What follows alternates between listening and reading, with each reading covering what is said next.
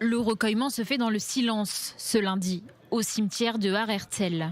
Comme dans d'autres cimetières, plusieurs milliers de personnes viennent honorer leurs proches partis trop tôt, avec des fleurs et des pierres. 23 816 soldats sur le champ de bataille et 4 166 victimes du terrorisme depuis le début de l'État d'Israël. Elles viennent avant la fermeture des portes, décidée par les autorités dès aujourd'hui 16h, pour éviter les risques d'une propagation de l'épidémie du Covid-19. Tout le long de la journée du souvenir qui a lieu ce mardi, dédiée aux disparus tombés pour la nation, les cimetières civils et militaires resteront fermés. Une décision vécue difficilement par ceux qui ont vu leurs proches partir trop tôt et qui ont l'habitude de les commémorer en ce jour. Nous avons l'habitude de venir ici le jour du souvenir. On se rend devant la tombe de notre oncle qui est mort dans les années 50. Une sorte de réunion familiale très importante pour nous. D'autant que les frères de notre oncle, nos parents, ne sont plus en vie. Demain sera un jour particulier, différent. On ne sait pas comment on va le commémorer.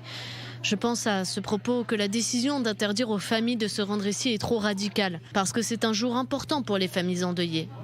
Aujourd'hui, je suis venue recueillir le mémoire de mon copain, qui est mort dans la guerre de 1982, la guerre du Liban, Milchemet Levanon Rishona.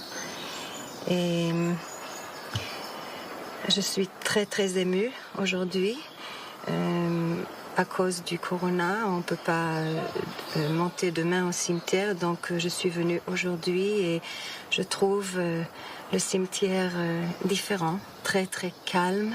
D'autres arrivent à comprendre les impératifs et la nécessité des autorités. Je pense que c'est triste, mais d'un autre côté, je peux comprendre et je respecte cette décision, car en fin de compte, c'est pour l'ensemble du peuple qu'elle est prise. C'est pour qu'il n'y ait pas de contamination. De la même manière que nous sommes venus un jour avant, il est toujours possible d'être avec nos proches disparus à un autre moment. C'est triste, mais c'est le minimum possible. Cela aussi, nous le surmonterons, et l'année prochaine, nous serons là, une fois de plus. Ce lundi à 20h, une sirène retentira dans tout le pays pendant 2 minutes.